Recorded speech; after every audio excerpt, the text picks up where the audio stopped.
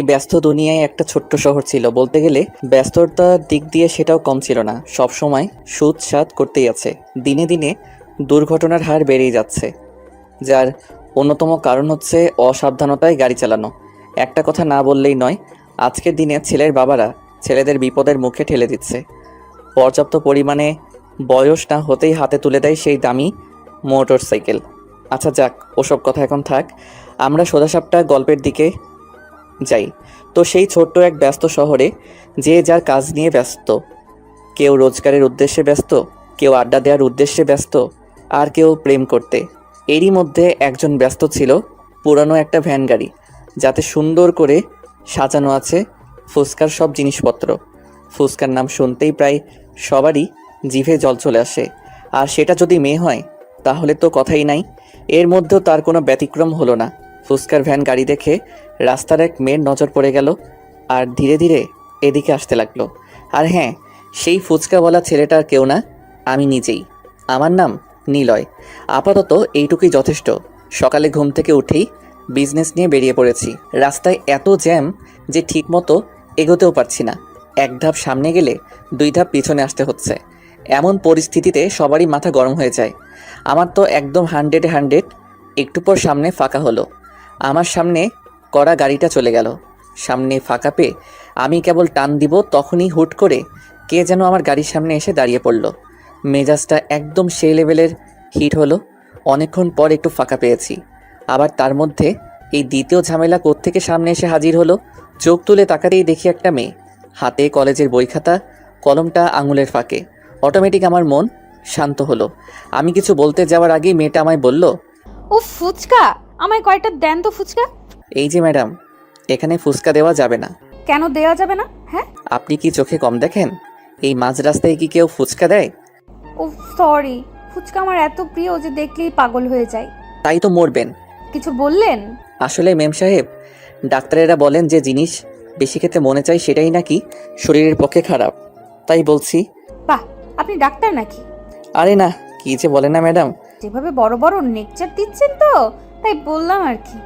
ছোট ছোট ছুটছাট কথা বলতে বলতে রাস্তার পাশে চলে আসলাম, আর এক জায়গায় ভ্যান দাঁড় করিয়ে ফুচকা সাজাতে লাগলাম।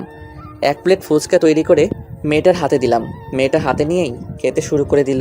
আমি তাকিয়ে থেকে মনে মনে ভাবছিলাম, এই জিনিসটা মেয়েদের এত পছন্দ কেন বুঝি না। ধুর বাপু, এসব জেনে আমার কি, ওরা বেশি বেশি খেলেই তো আমার লাভ। আমার দেরি হয়ে যাচ্ছে। আরে আপনি চলে যাচ্ছেন নাকি? না, এখানে সংসার করব। আরে আজব তো, আপনি এমন করে কথা বলছেন কেন? তো কেমনে বলবো? হ্যাঁ, মানে? রাস্তার মাঝখানে এসে আমার পথ আটকালেন, তারপর রাস্তার পাশে আনলেন। এবার কি বাসায় নেওয়ার চিন্তা ভাবনা আছে নাকি? এক্সকিউজ মি, আপনি একটু বেশিই বলছেন কিন্তু। কই বেশি বললাম? আপনার দেখে মনে হচ্ছে আপনি ফুচকাওয়ালা নন, জমিদার একটা। যত সব। না না, মানে আমি গেলাম। আপনার সাথে কথা বলতে গেলে আমার কলেজের টাইম চলে গেছে। ধুরু। এই কথা বলে মেয়েটা তাড়াহুড়ো করে সামনের দিকে এগোতে লাগলো। আমিও আর দাঁড়িয়ে না থেকে আমার উড়োজাহাজ নিয়ে সামনে এগোতে লাগলাম। মনে মনে ভাবলাম, মেয়েটা দেখতে বেশ সুন্দরী, তবে একটু ঝগড়াটে, কিন্তু খুব ভালো। নিজে নিজেই শরম পেলাম, আর মুচকি হেসে আবার কাজে মন দিলাম। ভ্যান গাড়ি পায়ে চালিয়ে যাচ্ছি, কোথায় যাব ঠিক বুঝতে পারছি না। যেতে যেতে দেখলাম সামনে একটা বিশাল কলেজ। আমি আর সামনে না এগিয়ে কলেজের গেটের সামনে দাঁড়িয়ে পড়লাম।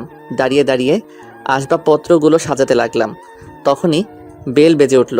বুঝলাম যে ক্লাস শুরু হলো। আমি আমার কাজ করেই গেলাম। কিছুক্ষণ পর একটা ক্লাস শেষ হলো। আমি রেডি হয়ে থাকলাম। সামনে তাকাতেই দেখি কয়েকটা মেয়ে আমার দিকে আসছে। এসে আমায় বলল ফুচকা দিতে। আমি ফুচকা সাজাতে লাগলাম। তখন মেয়েদের মধ্যেই কথোপকথন চলছিল। তার মধ্যে একজনের নাম ছিল মিম। তাদের কথা বলার মধ্যেই জানতে পারি। তখন আমি মিমকে জিজ্ঞেস করলাম, আফামনি, এই কলেজের নাম কি গো? এই কলেজের নাম হলো। খুব নামকরা কলেজ, তাই না? জি। তখন তার বান্ধবীরা বলল, ক্লাসের নাকি সময় হয়ে গেছে। তখন মিম বলল, ভাইয়া থাকেন, ক্লাসের সময় হয়ে গেছে। আর ওখানে নীলা একাই বসে আছে। আইসা। আপনি তো এখানেই আছেন, তাই না? জি হ্যাঁ। আমার এক বান্ধবী আছে, ফুচকার জন্য একদম পাগল। এবার ওকে সাথে করে আনবনি। জি। এসব কথা বলে মিম চলে গেল। তখন কলেজের আরো ছাত্রছাত্রী এসে জমা হলো।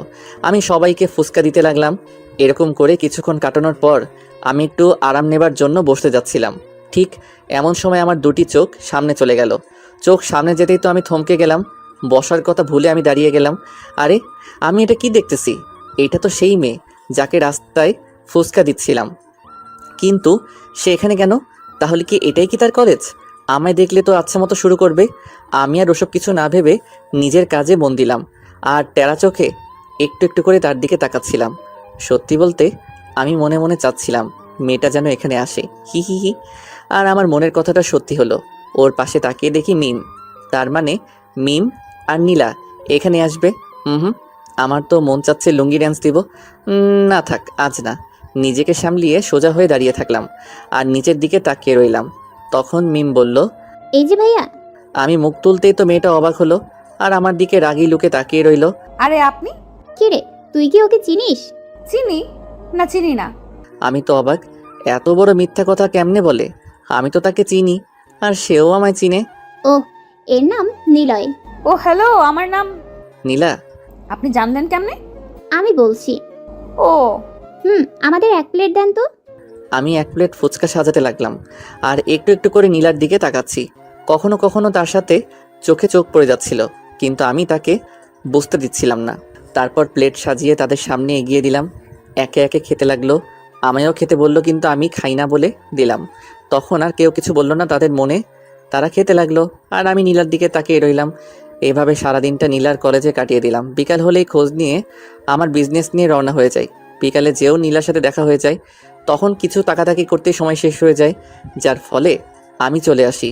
পরের দিন আবার সেই একই কলেজ, মানে নীলার কলেজের দিকে রওনা হলাম।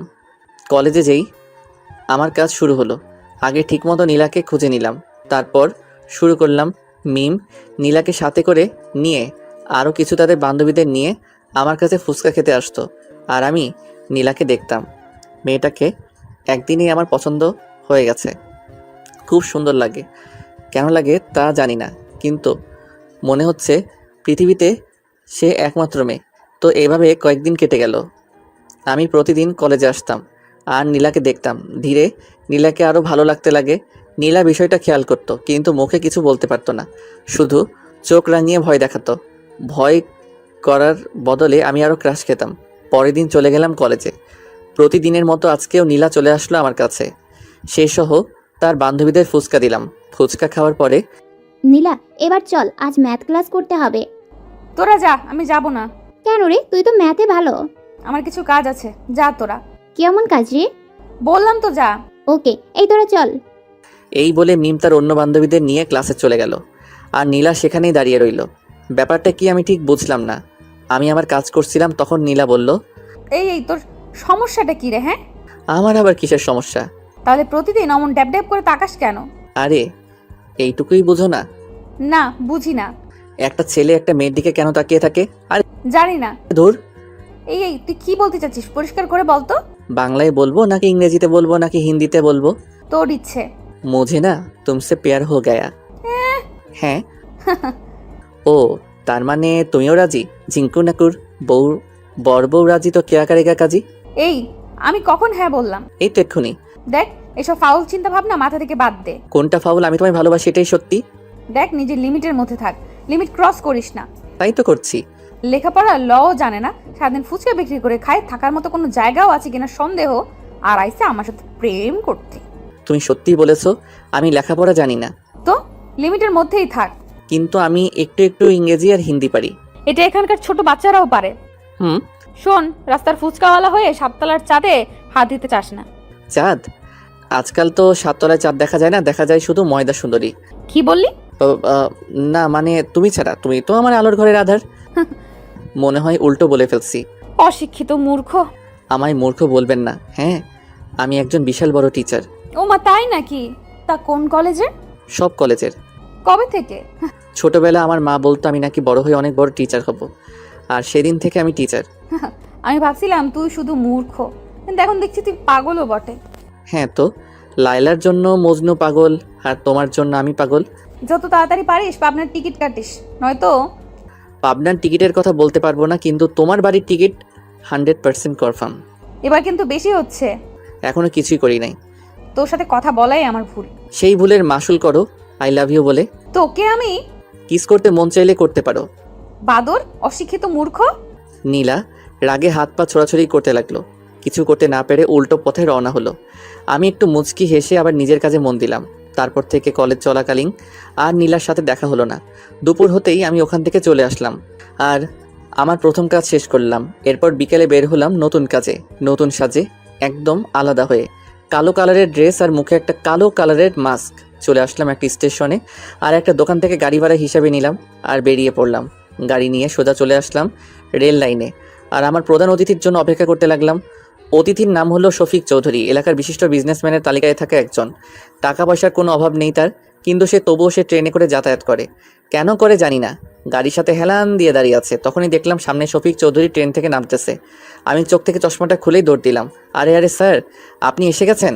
আসতে কোনো অসুবিধা হয়নি তো? সব ঠিক আছে তো? হ্যাঁ, তা তো ঠিক আছে, কিন্তু তোমায় ঠিক চিনলাম না। স্যার, আপনার সিটটা কি এসিতে ছিল নাকি সাধারণে?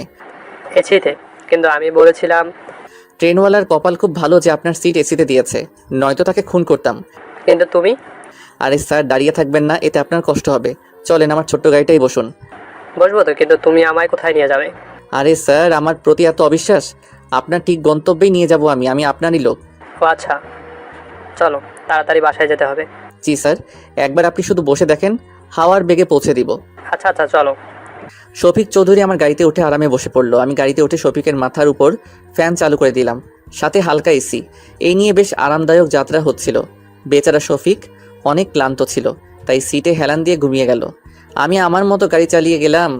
কিছুক্ষণের মধ্যে আমার গন্তব্যে পৌঁছে গেলাম আর শফিককে তার আসল জায়গায় পৌঁছে দিলাম।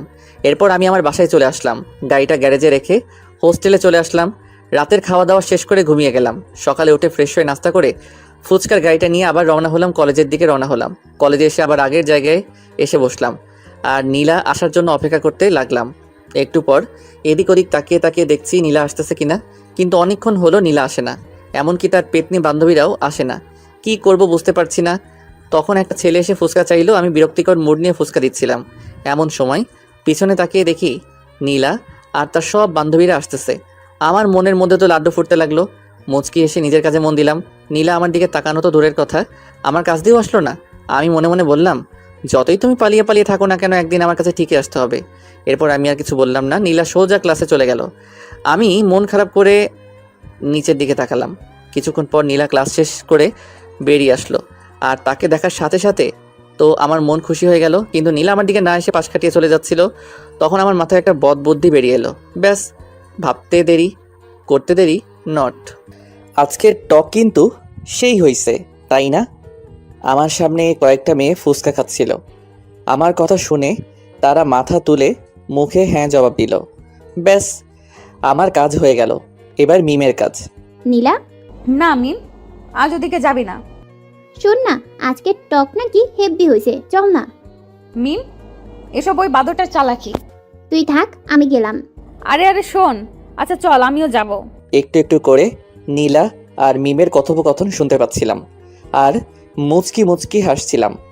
এরপর দেখলাম মিম আর নীলা এদিকেই আসছে। ভাইয়া, কি অবস্থা? আমার অবস্থা সবসময় ঝাক্কাস। তা তোমার এই বান্ধবীর কি অবস্থা? কার? এর অবস্থার কথা আর বললেন না। কি বলো? আমার ম্যাডামের কি হলো? মনে হয় কেউ স্যাকা দিচ্ছে। মিম, তুই চুপ করবি? তা ম্যাডাম আজকে উল্টা পথে হাঁটছিলেন কেন? আপনাকে বলতে হবে নাকি? কিরে নীলা, কালকে তো নিলয় ভাইয়ার সাথে খুব সুন্দর কথা বলছিলি, কিন্তু আজ আবার কি হলো? কারণ আছে তাই। কি কারণ? আরে মিম, তোমার বান্ধবীকে কালকে প্রপোজ করছি, তাই এখনো টেনশনে আছে। ও মা, তাই নাকি? নীলা ট্রিট দে। ওই মিম, চুপ করবি? আরে শোনেন, আপনি আপনার রাস্তায় থাকবেন আর আমি আমার রাস্তায়। তা তো হবে না। আমি এখন তোমায় ভালোবাসি, তোমায় ছাড়া বাঁচবো না। চুপ। আর একবার এসব কথা বলবেন না। একবার কেন, 1000 বার বলবো, আই লাভ ইউ। ইডিয়েট। মিম চল। আরে নীলা, ভাইয়ার প্রপোজাল অ্যাকসেপ্ট কর। তুই যাবি? ও হ্যালো ম্যাডাম, তুমি আমার থেকে যতই দূরে থাকো না কেন, একদিন না একদিন ঠিকই আমায় ভালোবাসবেন। এই ফকিরের বাচ্চা ফকির, রাস্তায় রাস্তায় ফুচকা বিক্রি করিস, ফুটপাতের পারে থাকিস, আর আমার সাথে প্রেম করার স্বপ্ন দেখিস? তুমি কি জানো না মনু, ভালোবাসতে মন লাগে, ধন নয়। চুপ কর ফকির, তোদের মতো ফকিরের মুখে এসব মানায় না। কি ভেবেছিস বড়লোকের মেয়েকে বিয়ে করে একদিনে বড়লোক হবি? নো নো, আমি তো শুধু তোমায় পেতে চাই। আর একবার যদি বলেছিস তাহলে। নীলা আমায় থাপ্পড় মেরে আমার দিকে আঙুল তুলে কথাগুলো বলল। কলেজের সবাই আমাদের দিকে তাকিয়ে আছে। আমি মাথা নিচু করে নিলাম। নীলা ইচ্ছে মতো অনেক কিছু বলতে লাগলো। কিছু কিছু কথা আমার কলিজায় আঘাত করতে লাগলো। তবুও আমি কিছু না বলে পাথরের মতো দাঁড়িয়ে রইলাম। চোখ থেকে এক ফোঁটা পানি মাটিতে গড়িয়ে পড়ল। কি করব বুঝতে পারছি না। মাথা তুলে দাঁড়াতেও পারছি না। কোনো উপায় না পেয়ে ভ্যানটা নিয়ে ওখান থেকে চলে আসলাম। ভ্যান এনে ভ্যানের জায়গায় রাখলাম। এরপর প্রথম চ্যাপ্টার বাদ দিয়ে দ্বিতীয় চ্যাপ্টারে প্রবেশ করলাম। এমনিতেও বেলা গড়িয়ে দুপুর হয়ে গেছে, তাই সোজা সাপটা গোসল করার জন্য বেরিয়ে পড়লাম। নলকূপে যেয়ে পানি তুলে গোসল করলাম। এরপর প্যান্ট শার্ট পরে গ্যারেজে আসলাম। এসে পাশের হোটেলে দুপুরের খাবার খেয়ে নিলাম। এরপর নতুন এক গাড়ি নিয়ে বেরিয়ে পড়লাম। কিছু দূর আসতেই মুখে সেই ব্ল্যাক কালারের মাস্ক পরে নিলাম আর চোখে সানগ্লাস। তারপর সোজা আমার গন্তব্যে আসলাম। এক বিশাল কোম্পানির সামনে এসে গাড়ি ব্রেক করলাম আর গাড়ি থেকে নেমে সোজা ভিতরে আসতে লাগলাম। গার্ড এসে আমায় সার্চ করলো, এরপর ভিতরে পাঠিয়ে দিল। অবশ্য জিজ্ঞেস করছিল আমি কে। তখন আমি বলছি তোমার বসের ড্রাইভার। এরপরে আর আমায় আটকালো না। আমি বিনা বাধায় ভিতরে চলে আসলাম আর সোজা এমডি রুমে নক দিলাম। আসসালামু আলাইকুম সাহেব। ওয়ালাইকুম আসসালাম, কে আপনি? আগে আপনি কি আসলাম? তওবা তওবা, গুরুজনের নাম মুখে নিতে নেই। আরে সমস্যা নেই, আমি আসলাম। অনেক নাম শুনেছি আপনার। আপনি নিজের শরীর খাটিয়ে এত বড় হয়েছেন। আপনাকে দেখে আমার অনেক গর্ব হয়। অবশ্যই, আমার কর্মের ফল এসব। আপনি তো মহান সাহেব। একজন চাকর হয়ে আজ এত বড় কোম্পানির মালিক। কি কি কি কি বলছিস তুই? ইয়ে মানে সাহেব, আমি বলছিলাম আপনি তো আগে খুব গরিব ছিলেন। নিজের বুদ্ধি খাটিয়ে শ্রম দিয়ে এত বড় কোম্পানির মালিক হয়েছেন। কিন্তু তুই কেমনে জানলি? আরে সাহেব, আপনার মতো মহান মানুষের জীবনী সবাই জানে। সবাই আপনার থেকে কিছু শিখতে চায়। তাই নাকি? হ্যাঁ সাহেব, আপনার ড্রাইভার হতে পেরে আমিও খুব খুশি। ওহ, তার মানে তুই আমার ড্রাইভার? জি সাহেব, চলেন আপনার বাসায় পৌঁছে দিই। ম্যাডাম আপনায় তাড়াতাড়ি যেতে বলেছে, কি যেন সারপ্রাইজ দিবে। সামান্য 2 টাকার ড্রাইভার হয়ে আমার সামনে সানগ্লাস পরার সাহস হলো কি করে তোর? অপরাধ নিবেন না সাহেব, আসলে আমার চোখের সমস্যা। ডাক্তার বলেছে চশমা যেন না খুলি। ও আচ্ছা, আমি খুব ক্লান্ত, চলো। এরপর আমি আসলামের সাথে বাইরে চলে আসলাম আর আসলামকে গাড়িতে বসিয়ে দিয়ে আমি ড্রাইভ করতে লাগলাম। গ্লাসে দেখলাম আসলাম ফোন টিপছিল। আমি বললাম, আচ্ছা সাহেব, আপনি এত বড় লোক কি করে হলেন? কেন হঠাৎ এমন প্রশ্ন কেন? অপরাধ নিবেন না সাহেব, আসলে আপনি অনেক মহান মানুষ, তো তাই আপনার থেকে আমি কিছু শিখতে চাই। ওহ, আমি এত বড় লোক হয়েছি আমার পরিশ্রমে। অনেক পরিশ্রমের মাধ্যমে আজ আমি এখানে। ফকির থেকে বড় লোক? কি বললি তুই? না মানে সাহেব, আসলে বলছিলাম ফকির থেকে কি করে বড় লোক হলেন। তুই কি কানে কম শুনিস নাকি? বললামই তো। সাহেব, আমার কান একদম পরিষ্কার। আচ্ছা, আপনার লিডার তো ছিল, যার কথায় আপনি সব কিছু করতেন। এই এই, তুই কে রে? তুই এত কিছু কি করে জানিস? আর এত কিছু কেন? পরিচয় দিলে আপনি শুনতে পারবেন না, তাই থাক। এরপর আর কিছু বললাম না। সোজা গাড়ি চালাতে লাগলাম। অনেকগুলো পথ জার্নি করে অবশেষে এসে পৌঁছালাম আসলামের বাসার সামনে। আসলামকে ওখানে নামিয়ে দিয়ে আমি আমার গন্তব্যে রওনা দিলাম। আমার গন্তব্যে আসতে আসতে সন্ধ্যা হয়ে গেল। এরপর সন্ধ্যায় বস্তিতে চলে আসলাম। তার আগে গ্যারেজে গিয়ে গাড়ি জমা দিয়ে আসলাম।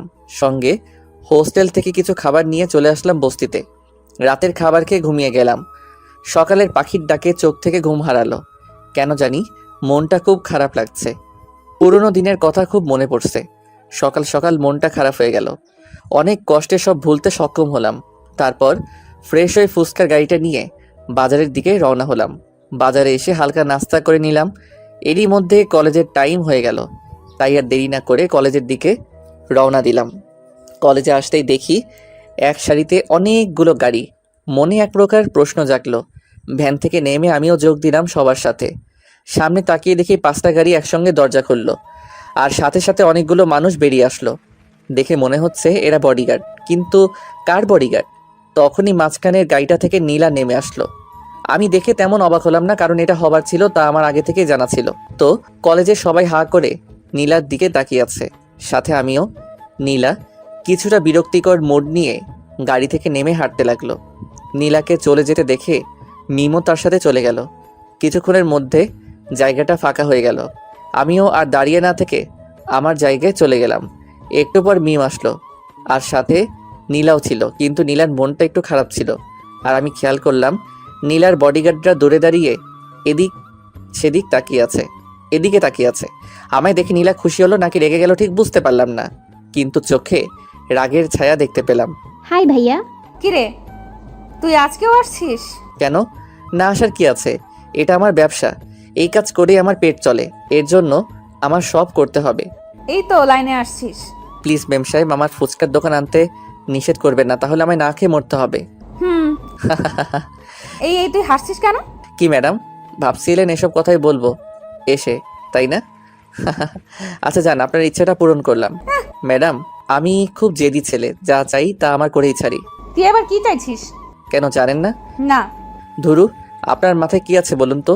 আমি আর কতবার বলবো আমি আপনাকে ভালোবাসি? ভূত এখনো নামে নাই। এ ভূত কোনোদিন নামবে না।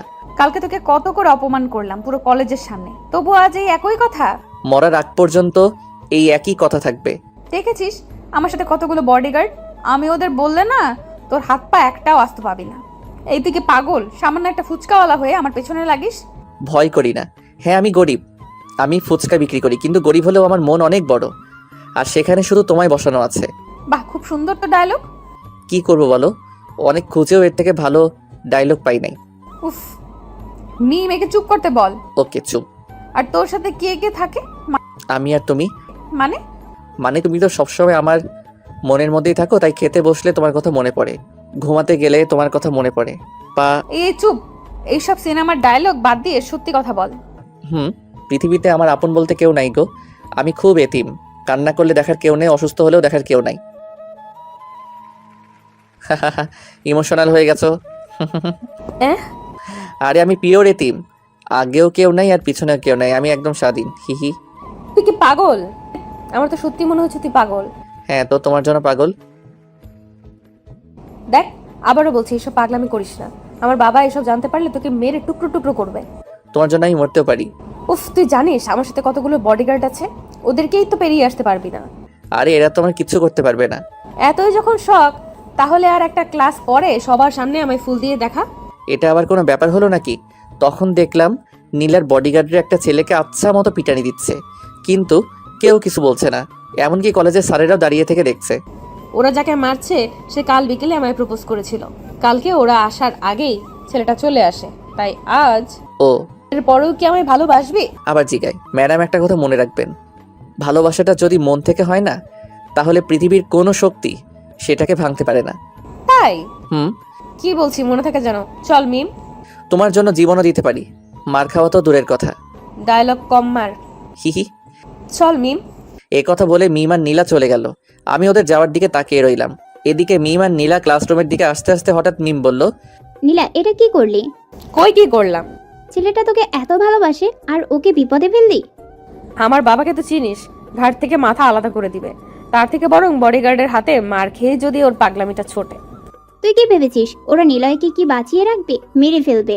জানি, কারণ আমার পেছনে যতই ছেলে এসেছে তারা সবাই মরছে, এটাও মরবেই।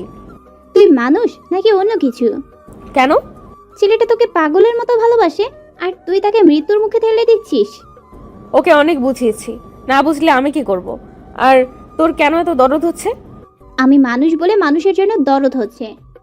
ও, চল ক্লাসে। মিম আর নীলা ক্লাসে চলে গেল। আমি ভ্যান নিয়ে বাইরে চলে আসলাম আর গোলাপের দোকানে গেলাম। তারপর নীলা আসার অপেক্ষায় থাকলাম। কিছুক্ষণ পর নীলা ক্লাস শেষ করে বেরিয়ে আসলো, আর বেরিয়ে আমায় দেখতে না পেয়ে আশেপাশে তাকাতে লাগলো। ঠিক এমন সময় আমি গোলাপের দোকান নিয়ে কলেজের ভিতরে প্রবেশ করলাম আর সোজা নীলার সামনে এসে থামলাম। নীলা সহ মিম আমায় এভাবে দেখে তো অবাক। মাথায় লাল গামছা বাঁধা, মুখে মাস্ক, আর ফুচকার বদলে গোলাপ ফুলের দোকান। হাই ম্যাডাম, তুমি গোলাপ আনতে বলেছো আর আমি পুরো দোকানটাই তুলে আনছি। নীলা তো জমে পাথর, কোনো কথা না বলে ওর বডিগার্ডদের দিকে তাকিয়ে আছে। আমি এবার ভ্যান থেকে নেমে সুন্দর একটা গোলাপ তুলে নীলার সামনে ধরলাম। নেন, আই লাভ ইউ। নীলা একবার আমার দিকে তাকাচ্ছে আর একবার ওর বডিগার্ডদের দিকে তাকাচ্ছে। ইতিমধ্যে নীলার বডিগার্ডরা এসে হাজির। তখন নীলার বডিগার্ডরা আমার কাঁধে হাত দিল আর বলল, এই তুই কে রে? আর আমাদের ম্যাডামকে গোলাপ দেওয়ার সাহস কী করে হলো?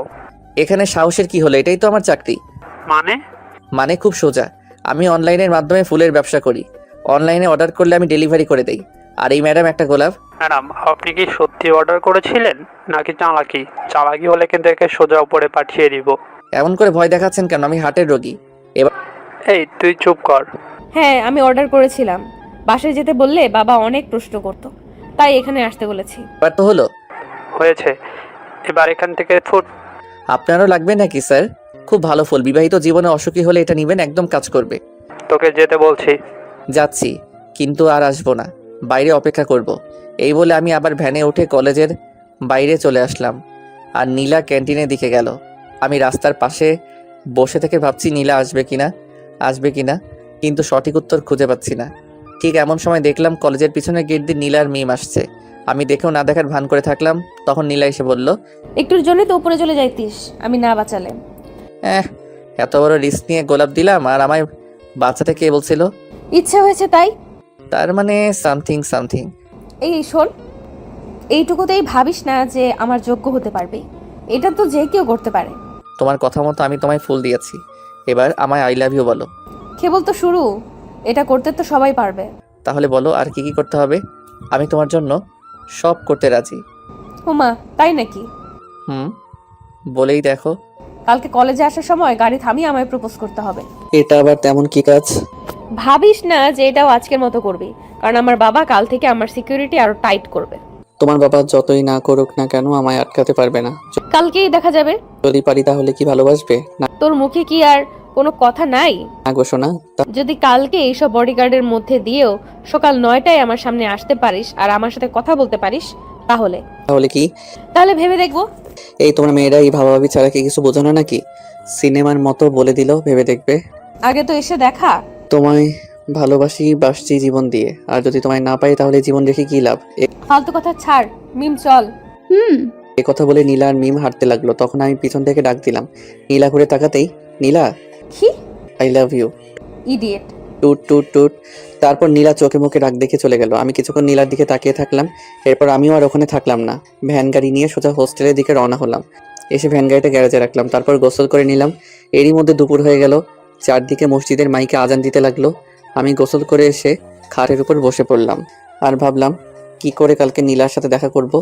শরীরটা খুব ক্লান্ত ছিল, তাই ভাবতে ভাবতে খাটের উপর শুয়ে গেলাম। এরপর নিজের অজান্তেই ঘুমিয়ে গেলাম। ঘুম ভাঙলো ঠিক 4টার সময়। উঠে দেখি আমার ফোন বাজতেছে। ছোটখাটো একটা ভাঙনি মোবাইল ইউজ করি।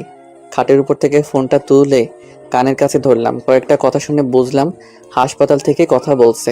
আমি আর দেরি করলাম না, উঠে চোখে মুখে পানি দিয়ে সোজা হাসপাতালে চলে গেলাম। হাসপাতালে এসে দেখা সাক্ষাৎ করে চলে আসলাম। বাসায় আসতে সন্ধ্যা হয়ে গেল, তাই আজ আর কোথাও বের না হয়ে হোটেলে এসে কিছু খাবার খেলাম। কিছুটা প্যাকেটে করে নিয়ে আবার হাসপাতালে গেলাম। সেখানে রাত 9টা পর্যন্ত থাকলাম। এরপর হোস্টেলে এসে চোখে মুখে পানি দিয়ে ঘুমিয়ে গেলাম। সকালে উঠতেই মনে পড়ে গেল নীলার শর্তের কথা। সকাল সকাল মাথা হ্যাং হয়ে গেল। কি করব ভেবে পাচ্ছিলাম না। তবুও সাহস করে নীলার বাসার দিকে রওনা হলাম। আর কিছুক্ষণের মধ্যে নীলার বাসায় চলেও আসলাম। এখন বাজে সকাল 7টা, আর মাত্র 2 ঘন্টা 6 আছে। নীলার বাড়িটা সেই হিয়া বড়। চারদিকে গার্ড, একটা পিঁপড়া ঢোকার মতো ক্ষমতা নেই সেখানে। আমি তো শেষ। আমি আমার কাজে লেগে গেলাম। কাজটা করতে পারবো কিনা জানি না, তবে সাহস বুকে রাখতেই হবে, নয়তো প্রেম করার আগে দেবদাস হয়ে ঘুরতে হবে। যতগুলো গার্ড, তাতে মনে হচ্ছে ভিতরে যাওয়া আমার পক্ষে সম্ভব না। কোনো রকম চালাকি করলেই সোজা উপরে পাঠিয়ে দিবে, একদম বিনা টিকিটে। এদিকে নীলা দেওয়ার সময়ও কাছে যাচ্ছে। কি করব ভেবে পাচ্ছি না। নীলা যাবার সময় গাড়ি থামালে তো পুরো প্ল্যান শেষ, কারণ আমি তো শেষ। কিছু একটা তো করতে হবে, কিন্তু কি করব? ওদিকে নীলা ঘোর চিন্তায় মগ্ন। নীলয় কি সত্যি পারবে নাকি ভয় পেয়ে পালাবে? দুজনের মনে দুটো প্রশ্ন। এরই মধ্যে নীলার কলেজে যাবার সময় হয়ে গেল। 9টা বাজতে আর 10 মিনিট সময় আছে। নীলা কলেজে যাবার জন্য তৈরি হয়ে নিল আর গাড়িতে এসে বসলো। তার গার্ডরা এসে তাদের গাড়িতে বসলো। আর নিয়ম মতো নীলার সামনে দুটো গাড়ি আর পিছনে দুটো গাড়ি। এরপর রওনা হলো। এদিকে নীলার মনে একটাই চিন্তা।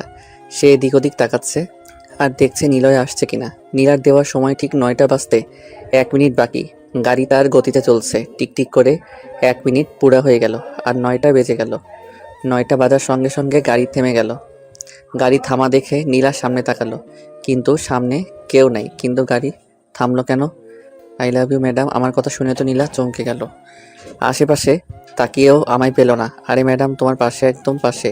নীলা তাকিয়ে দেখে আমি ড্রাইভারের জায়গায় বসে আছি, আর মাথা টুপিটা খুলে হাতে, মুখে কালো মাস্ক, সেটাও খুললাম। আরে তুই চমকে গেছেন তো? তুই এখানে কেন? ও মা, কালকের শর্তের কথা কি মনে নাই তোমার? কিন্তু তুই এখানে কেমনে? আর ড্রাইভার কবে হলি? সব বলবো। গাড়িটা স্টার্ট দিয়ে আমি গাড়ি স্টার্ট দিয়ে সামনে যেতে লাগলাম, আর নীলাকে বললাম, বলেছিলাম না তোমার জন্য আমি সব করতে পারি। বাজে কথা বাদ দে। আর বলবো কেমনে করলি তুই এটা? আগে ওটা বলো। কোনটা? আমি যেটা বলছি ওটা। তোকে যা বলতে বলছি তার উত্তর দে। ওকে, কালকে রাতে আমি হাসপাতালে ছিলাম, আর তখন এক লোক সেখানে গেল। আমি দাঁড়িয়েছিলাম, দেখলাম সেই লোকটা খুব কান্নাকাটি করছিল।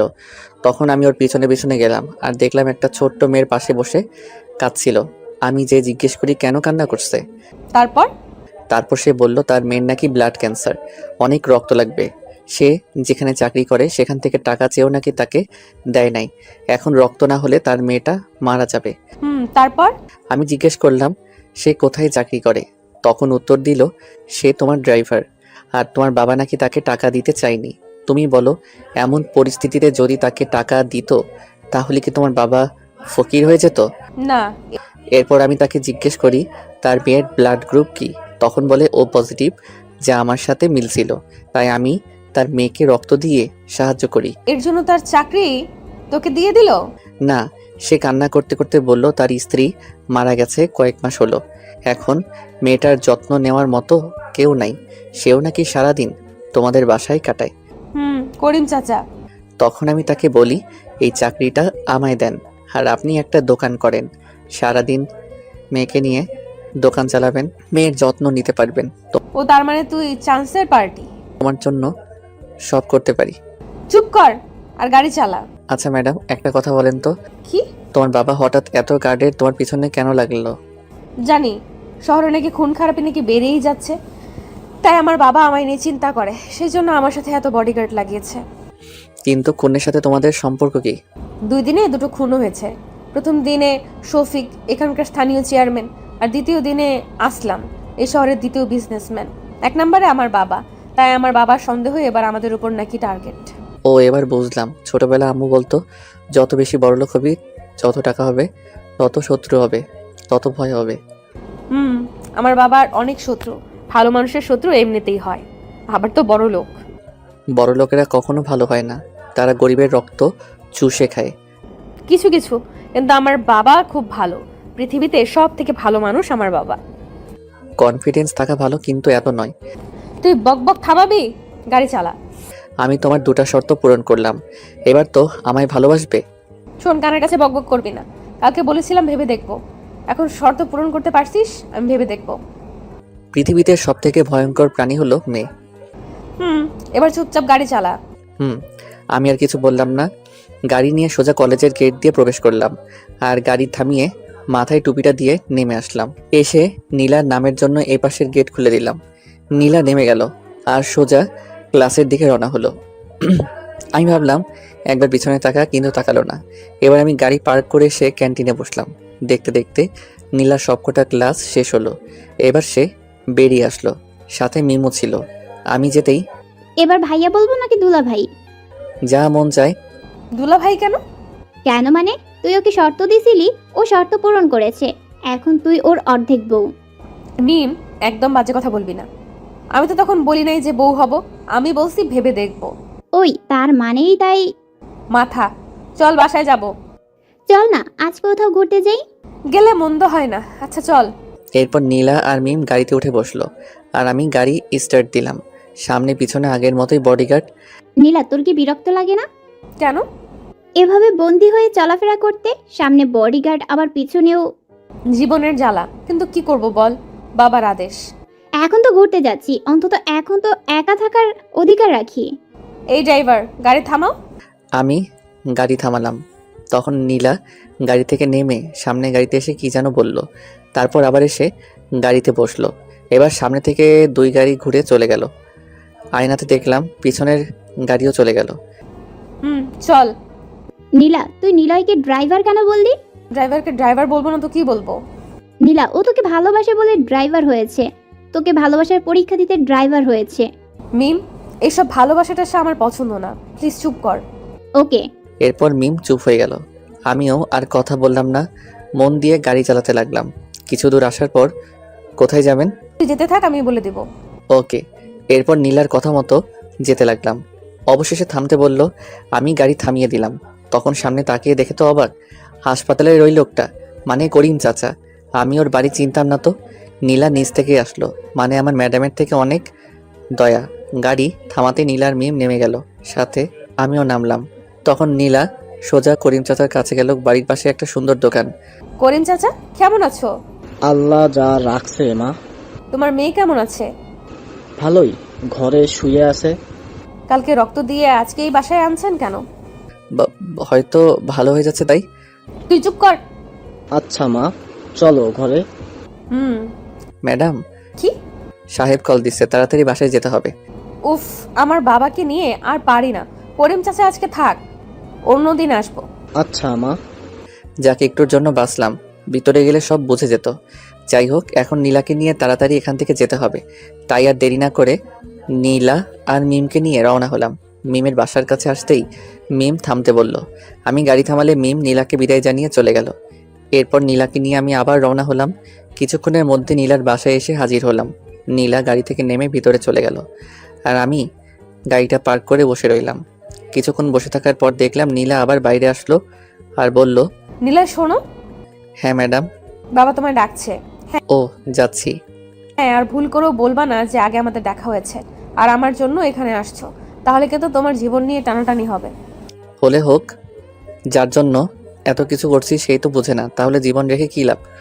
শোন, তোর যা ইচ্ছে বল, আমার সাবধান করার ছিল করে দিছি, এখন তুই মর বাঁচ, তোর ইচ্ছা যত সব। এক নিঃশ্বাসে নীলা কথাগুলো বলে ভিতরে চলে গেল, আর আমিও পিছনে পিছনে ভিতরে গেলাম। তখন নীলার বাবা আমায় ডাকলো। ভিতরে এসে দেখি বাড়িটা সেই বাইরে থেকে যতটা সুন্দর লাগছে ভিতর থেকে দ্বিগুণ সুন্দর। আমি এদিক ওদিক তাকাচ্ছি আর যাচ্ছি। সামনে নীলার বাবা দাঁড়িয়ে আছে, মানে এই শহরের বিশিষ্ট বিজনেসম্যান মামুন চৌধুরী দাঁড়িয়ে আছে। আমি সামনে যে সালাম দিলাম, আমার সালামের জবাব দিল আর আমায় বসতে বলল।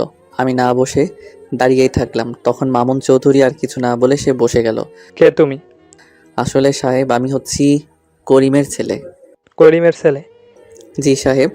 কিন্তু আমার জানা মতে তো করিমের কোনো ছেলেই নাই। আসলে আমি ওনার ভাইয়ের ছেলে, চাচার তো ছেলে নাই, তাই আমায়। ও, তোমার ছেলে মানে? জি।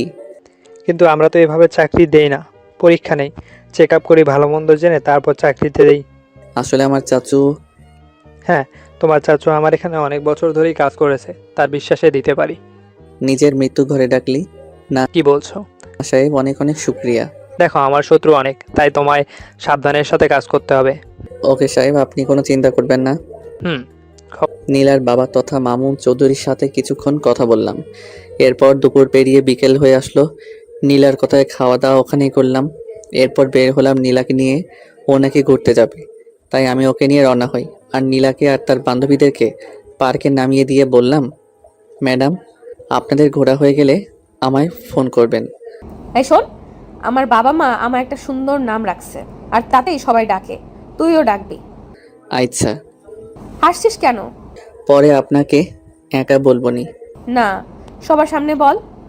আজকে নাম ধরে ডাকতে বলছেন, কালকে কাছে আসতে বলবে, তারপর বিয়ে করতে বলবেন। তুই সব সময় একটু বেশিই বুঝিস, যা সর। ওকে। আমি আর কিছু না বলে মুচকি হাসি দিয়ে চলে আসলাম। কিছু দূর আসার পর আবার নীলার দিকে ঘুরে তাকালাম। প্রতিদিনের মতো আজ হলো না। নীলা আমায় কিছু বলা বাদ দিয়ে সেও তাকিয়ে আছে। ভাবলাম মামলা সেট, তাই গাড়িতে উঠে চলে গেলাম। আর আমার চলে যাওয়ার পর নীলা আর তার বান্ধবীরাও পার্কের দিকে চলে গেল। আমি সোজা চলে আসলাম কফি শপে, আর সেখানে কিছু সময় কাটালাম। তারপর সন্ধ্যা হওয়ার আগ দিয়ে আমার কাজ শেষ করে আবার পার্কের দিকে চলে আসলাম। এসে গাড়ি পার্ক করে পার্কের দিকে রওনা হলাম। পার্কে আসতে দেখি অনেক ছেলেমেয়ের আনাগোনা, সবাই প্রেম করে নিয়ে ব্যস্ত। এটা দেখে আমার মাথায় একটা দুষ্টুমি বুদ্ধি চলে আসলো। ব্যাস, যেই ভাবা সেই কাজ, সোজা চলে গেলাম নীলার কাছে আর পিছন থেকে নীলার হাত ধরে টান দিলাম। নীলা হঠাৎ চমকে গেল আর নিজেকে সামলাতে না পেরে আমার কাজ সহজ করে দিল। নীলার এক হাত ধরে তাকে গড়িয়ে হাত ধরেই আমি তার সামনে বসে গেলাম, একদম সিনেমা স্টাইলে। নীলা তো জমে পাথর। আমার এমন কাজ দেখে নীলা সহ তার বান্ধবীরাও অবাক হয়ে গেল। আমি মুচকি হাসলাম। হঠাৎই নীলা ঠাস করে আমার গালে তার নরম হাতটা ফেলে দিল। আমি কি সুন্দর রোমান্টিক মুড নিয়েছিলাম, কিন্তু থাপড় খাওয়ার পর একদম ভিজে বিড়াল হয়ে গেলাম। আবার সুনামি ঘটার আগে ওখান থেকে কেটে পড়লাম আর সোজা এসে গাড়িতে বসলাম। আর ভাবতে লাগলাম কাজটা মনে হয় খারাপ হয়ে গেল। নীলা আর তার বান্ধবীরাও গাড়িতে এসে বসলো। এবার আমি গাড়ি স্টার্ট দিলাম আর বাসার দিকে যেতে লাগলাম। তখনই নীলা ভেজা কণ্ঠে বলল, প্রাইভেটে যেতে হবে। নীলার কথা শুনে একটু অবাক হলাম। আজকে তো প্রাইভেট ছুটি, আর তাই তো সে পার্কে ঘুরতে আসছিল। আবার কেন প্রাইভেটে? আমি সাহস করে আর কিছু জিজ্ঞেস করলাম না, সোজা তাকে প্রাইভেটে নিয়ে আসলাম। সঙ্গে মিমেরাও ছিল। আমি গাড়ি থামাতে নীলা আর মিমেরা নেমে ভিতরে চলে গেল। আমি বাইরে দাঁড়িয়ে রইলাম। তখন মিম ভিতরে না গিয়ে আমার কাছে আসলো। খুব কষ্ট পাইছো তাই না ভাইয়া? আরে কিসের কষ্ট, বাদ দাও তো। নীলা আসলে এমনই, এসব ভালোবাসা ও পছন্দ করে না। এখন তো আমার সন্দেহ হয় ওর মন বলে কিছু আছে নাকি নাই। আরে এমন সন্দেহ কেন? মন প্রাণ সবারই আছে। আমার মনে হয় নাই। তা না হলে যেই ছেলেটা তাকে ভালোবাসে বলে তার দেওয়া শর্তগুলো জীবনের ঝুঁকি নিয়ে পালন করলো, তার জন্য ঘর বাড়ি ছেড়ে তার ড্রাইভার হয়ে গেল তাকে এক নজর দেখার জন্য, কিন্তু সে কি করলো? ওই একই অপমান। ওর মধ্যে যদি মন থাকতো না, তাহলে নিশ্চয়ই ওর মনে তোমার জন্য একটু হলেও মায়া হতো। এমনটা নয়, হয়তো ওর আমায় পছন্দ হয় নাই। তোমার মতো ভালো ছেলে যদি ওর পছন্দ না হয়, তাহলে ওর কপাল খারাপ। ওসব বাদ দাও, এটা বলো তোমরা এখানে কেন আসলে? আমাদের প্রাইভেট স্যার খুব অসুস্থ। ও, আমি হঠাৎ সামনে তাকাতেই দেখি নীলা দাঁড়িয়ে আছে। আমার তো চোখ কপাল উঠে গেল, হয়তো সব শুনে নিছে। মিম, হ্যাঁ বল। স্যার তোকে ডাকছে। আসছি নিলয় ভাইয়া। মিম চলে গেল আর নীলা আস্তে আস্তে আমার দিকে আসতে লাগলো। আমি দাঁড়িয়ে না থেকে গাড়ির দরজা খুলে দিতে যাব, তখন নীলা বলল, নিলয়? হ্যাঁ বলেন ম্যাডাম। আবার madam? Sorry Neela. I am sorry. ও, দেখো আমি ইচ্ছে করে তখন তোমায় মারিনি, আমি খুব ঘাবড়ে গিয়েছিলাম। প্লিজ রাগ করে থেকো না। আসলে ওটা করা আমারও ঠিক হয় নাই। প্লিজ রাগ করো না। তোমায় মারার পর থেকে আমারও কেমন যেন হচ্ছে, খুব খারাপ লাগছে। ও নিলয়, কি? I love you. এবার তো ক্ষমা করো। বললাম তো এমনিতেই মাফ করছি, তারপরও কেন ওই মিথ্যে কথাটা বললেন? আমি মিথ্যা বলি না, আমি সত্যি বলছি। হয়েছে, এবার গাড়িতে বসেন। উফ শালা, তোর আজ আমি পাথরের মতো দাঁড়িয়ে শ্রোতার মতো নীলার কথাগুলো শুনছিলাম। এমন সময় পিছন থেকে কে যেন এসে আমাদের দুজনকেই অবাক করে দিল। নীলা এসব কথা বলছিল আর আমি দাঁড়িয়ে দাঁড়িয়ে শুনছিলাম। তখন পিছন থেকে মিম এসে নীলাকে আচ্ছা মতো বকতে লাগলো। কুত্তি রাক্ষসী, আমি তোর বান্ধবী হই, তাও আমায় এসব কথা বলিস নাই। আমি নিলয় থেকে দূরে থাকতে চেয়েছি, তাই কাউকে বলি নাই। আমাকে তো বলতে পারতি। আমি কখনো ভাবতেও পারিনি যে আমি নিলয়কে এতটা ভালোবেসে ফেলবো। তুই তো জানিস আমার জীবনে যায় আসে প্রথম দিনেই তাকে দুনিয়া ছাড়তে হয়। আমি ভাবছিলাম নিলয় তাদের মধ্যে একজন হবে, এই জন্য আমি ওকে বাঁচাবো বলে ঘৃণা করার অভিনয় করতাম। তোমার জীবনে যারা আসে তাদের কি হয়? আর কয়জন আসছে তোমার জীবনে? তুমি ভুল বুঝছো। আমার পেছনে যারা লেগেছে, যারা আমায় পছন্দ করে, প্রপোজ করেছে, তারাই দুনিয়া ছেড়ে গেছে, অথবা আজ তারা ঘরে বন্দি হয়ে আছে। কেন? কারণ আমার বাবা চায় না যে আমার পেছনে কেউ লাগুক আর আমায় কেউ ভালোবাসুক। আমার বাবার অনেক টাকা, তাই সে কাউকে ভয় করে না, নিজের ইচ্ছে মতো চলে। ও, জানি না তোমার কি হবে। আজ পর্যন্ত কাউকে আমি এতটা ভালোবাসি নাই যতটা তোমায় বাসছি। আমার কিচ্ছু হবে না, তুমি কোনো চিন্তা করো না। প্লিজ তুমি এখান থেকে চলে যাও। আমি তো যাবার জন্য তোমার কাছে আসি নাই। এবার দেখো আমার খেলা। মানে তোমার বাবা নিজেই তোমার আর আমার বিয়ে দিবে। এটা কখনো সম্ভব নয়। কোনো কাজই সম্ভব হয় না, সম্ভব করে নিতে হয়। আমার খুব ভয় করে। ধুর, বাদ দাও, চলো। তারপর নীলাকে আর মিমকে নিয়ে সেখান থেকে সোজা বাসায় চলে আসলাম। আগে মিমকে তার বাসায় নামিয়ে দিলাম। নীলার বাসায় এসে গাড়ি পার্ক করে বের হতেই নীলার বাবার ডাক পড়ল। আমি চলে আসলাম ভিতরে। এসে দেখি নীলা আর ওর বাবা মামুন চৌধুরী বসে আছে। জি সাহেব, আমায় কি ডাকলেন? খবর দেখো। টিভির দিকে তাকিয়ে দেখি ব্রেকিং নিউজ দিতেছে। আজকে নাকি কফি শপে জলিল শাহকে খুন করা হয়েছে। কে করছে তা এখনো পুলিশ জানতে পারে নাই, তবে তদন্ত চলছে। এটা আমার বিজনেস পার্টনার ছিল, একে বাস খুন করলো। শুধু একে নয়, আজকে একে নিয়ে মোট 7 জনকে খুন করা হলো। কিন্তু সাহেব, কারা করছে? জানি না কেন করছে, তাও জানি না। তবে আমার মনে হচ্ছে এবার ওর টার্গেট আমি, কারণ আমরা মোট 8 জন ছিলাম, আর আমি বাদে 7 জনকে মেরে ফেলেছে। এবার বাকি আমি। ও, এসব কথা তোমায় বলার কারণ হচ্ছে তুমি আমার মেয়েকে সেফ রাখবে, দরকার হলে আরও কার্ড বাড়িয়ে দিব। ঠিক আছে সাহেব, আমি সবসময় ম্যাডামের খেয়াল রাখবো। তারপরেও আরও কিছু কথা বলে তখনকার মতো বাদ দিলাম। আর মামুন চৌধুরী আমায় বলল, তুমি যেন খাবার খেয়ে যাও। আমি কোনো কথা না বলে শুধু মাথা নাড়া দিলাম। তারপর যে যার কাজে চলে গেল। নীলা ঘরে গিয়ে পড়তে বসলো। আমি বাইরে চলে আসলাম। বাইরে এসে আবহাওয়া খেতে লাগলাম। পকেট থেকে ফোন বের করে কল দিলাম। বেশ কি সুন্দর আবহাওয়া, চারদিকে সুন্দর জায়গা, বসে থাকতে বেশ মজা পাচ্ছিলাম। ঠিক এমন সময় কে যেন আসলো আর মামুন সাহেবের নামে একটা গিফট দিয়ে চলে গেল। আমি মামুন সাহেবের কাছে গেলাম আর দেখলাম সেই গিফটটা সামনে নিয়ে বসে আছে। একটু পর খুলতে লাগলো। খুলতেই তো অবাক হয়ে গেল, সেখানে মোট 8 জনের ছবি আছে আর মামুন সাহেবের ছবিও আছে। মামুন সাহেবের ছবি বাদে বাকি 7 জনের ছবিতে লাল কালি দিয়ে ক্রস চিহ্ন দেওয়া আছে। এটা দেখে তো মামুন সাহেব শেষ। বুঝতে আর বাকি রইল না যে এবার ওর পালা। সঙ্গে সঙ্গে মামুন সাহেব উত্তেজিত হয়ে গেল আর খোঁজ নিতে বলল, এই গিফটকে দিয়ে গেল। আমি দাঁড়িয়ে শুধু দেখছিলাম, কারণ সেই গিফট পাঠানোর মালিক ছিলাম আমি। শখ লাগারই কথা। আমি যখন বাইরে যাই ঠিক তখন আমি ফোন বের করছিলাম আর আমার ঠিক করা লোককে ফোন করি। তারপর সে কথা মতো এসে গিফট দিয়ে চলে গেল। আর সেই লোকটা ছিল আশরাফ ভাইয়ের লোক, এই শহরের নাম্বার 1 গুন্ডা। এখন মামুন সাহেব সেই লোককে খুঁজতে ব্যস্ত হয়ে পড়বে, আর এদিকে আমি তার মেয়েকে আর একটু মজিয়ে দিব।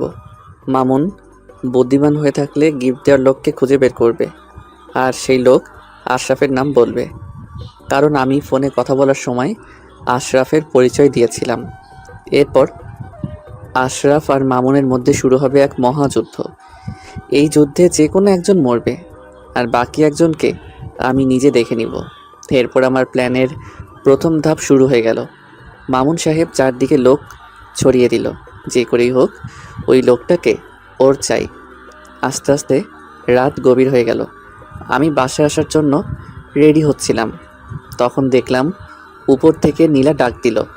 আমি আশেপাশে তাকিয়ে দেখি কেউ নাই, তাই উপরে চলে আসলাম। তখন নীলা আমায় তার ঘরে নিয়ে গেল আর আমায় একটা কিস করলো। এরপর বলল বাসায় যেতে। আমি বেশি কিছু বললাম না, চলে আসলাম বাসায়। বাসায় আসার সাথে সাথেই ফোন থেকে সিম পাল্টে দিলাম। অন্য সিম তুলে মামুনকে কল দিলাম। মামুনের কথার মধ্যে ভয়ের খোঁজ পেলাম। কি খবর মিস্টার মামুন চৌধুরী? খে আমায় চিনলেন না? এত সুন্দর একটা গিফট পাঠালাম আর আমায় ভুলে গেলেন? কে তুই? আমার কাছে কি চাস? তোর জীবনে তুই অনেক পাপ করছিস, এবার তোর পাপের বিনাশ হবে। এই কে তুই? আরে এত উত্তেজিত হলে চলে নাকি? কি চাস তুই বল। আমার চাওয়ার কথা তুই বাদ দে, আগে নিজের জীবন বাঁচা। একবার তুই আমার সামনে এসে দেখ, তোকে কেটে টুকরো টুকরো করে রাখবো। আসবো, সময় হলেই আসবো। এত তাড়া কিসের? কিছুদিন একটু তরিয়ে নে। Good bye. এই কথা বলেই ফোন কেটে দিলাম আর ফোন থেকে সিম খুলে পুকুরে ফেলে দিলাম আর আমার নিজের সিম তুললাম। তারপর শুয়ে পড়লাম। সকালে উঠে চলে গেলাম নীলার বাসায়। কলেজের সময় হতেই নীলাকে নিয়ে কলেজে যাওয়ার জন্য দাঁড়িয়ে আছি। ঠিক এমন সময় দেখি আমার চারপাশে অনেকগুলো গাড়ি এসে থেমে গেল। আমি তো কিছুটা ঘাবড়ে গেলাম। হঠাৎ এত গাড়ি আমার সামনে। আশেপাশে তাকাতেই দেখি মামুন হাসতে হাসতে এদিকে এগিয়ে আসছে। আমি ঠিক বুঝলাম না কি হচ্ছে। তাহলে কি আমায় চিনে ফেললো? আশেপাশে তাকাতেই দেখি মামুন হাসতে হাসতে এদিকে এগিয়ে আসছে। আমি ঠিক বুঝলাম না কি হচ্ছে। তাহলে কি আমায় চিনে ফেললো? মামুন হাসতে হাসতে আমার কাছে আসলো। আমি কিছু না বলে দাঁড়িয়েই থাকলাম। তখন মামুন সাহেব বলল, কোথা থেকে এক ছোকরা এসেছে আমায় শেষ করতে? ওর সাহস কি করে হয়? আমি মনে মনে শান্তি পেলাম। যাক, বুঝতে পারে নাই। যাও, এসব গাড়া তোমরা সাথে করে নিয়ে যাও। এবার দেখি কি করে আমার আশেপাশে আসতে পারে। হ্যাঁ স্যার, খুব ভালো কাজ করছেন। হুম। তারপর এতগুলো গার্ড সহকারে নীলাকে নিয়ে রওনা হলাম। রাস্তায় আমি আর নীলা গল্প করতেছি। নো টেনশন, কারণ টেনশন তো আমিই দেই। কিছুক্ষণের মধ্যে কলেজে চলে আসলাম আর নীলাকে নামিয়ে দিয়ে গাড়ি পার্কিং করলাম। তারপর আমি কলেজ থেকে একটু দূরে চলে গেলাম। সেখানে গিয়ে মামুন সাহেবের কাছে ফোন দিলাম। কি মনে করছি গার্ড বাড়িয়ে দিলে আমার হাত থেকে তোর মেয়েকে বাঁচাতে পারবি? ভুল, তোর গার্ড আমায় ছুতেও পারবে না। দেখো, আমার মেয়ের কিছু করবি না। তুই যা চাস আমি তোকে সব দিব। আমার চাওয়া তো আমি নিব, কিন্তু এখন তোর মেয়েকে কে বাঁচাবে? ফোন কেটে দিলাম। আর তারপর মামুনের কাম ডাউন শুরু হয়ে গেল। কারো দুর্বলতায় আঘাত করলে যে কেমন লাগে সেটা মামুনকে আমি হাড়ে হাড়ে টের দিতে চাই। সেজন্য আমি নীলাকে ক্লাস থেকে নিয়ে বেরিয়ে গেলাম।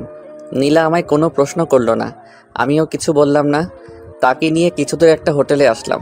সেখানে বসে চা পানি খেতে খেতে কিছু গল্প করলাম। এদিকে মামুন তার লোকদের কাছে ফোন করে আর জানতে পারে নীলা ক্লাসে নাই। তখন তার জীবন হাতে চলে আসে। কি করবে ভেবে পাচ্ছিল না। চারদিকে লোক ছড়িয়ে দিল। কিছুক্ষণ পর আমি আর নীলা হোটেল থেকে বেরিয়ে বাসার দিকে রওনা হলাম। আর অল্প টাইমের মধ্যে নীলার বাসায় এসে পৌঁছালাম। নীলাকে দেখেই তো মামুন জানে প্রাণ ফিরে পেল। আমি গাড়ি পার্ক করে ভিতরে গেলাম। সবাই আমার দিকে হা করে তাকিয়ে আছে। সবাই আমার দিকে এমন করে তাকিয়ে, কি দেখছো? আমি ওকে কিডন্যাপ করছি নাকি? আমি তোকে কিডন্যাপারের হাত থেকে নিয়ে আসলাম। কে ছিল? কোন বাপের বেটা ছিল? কার এত বড় সাহস যে আমার মেয়েকে কিডন্যাপ করে? আমায় তো কিছু বলে নাই। আপনাই নাকি সব ফোনে বলছে। আরেকটা কথা বলল, এবার নাকি শেষ চান্স। একবার বলো সে কে? তাকে আমি কেটে টুকরো টুকরো করে ফেলবো। আমি কেমনে বলবো? আমি তো তাকে দেখি নাই।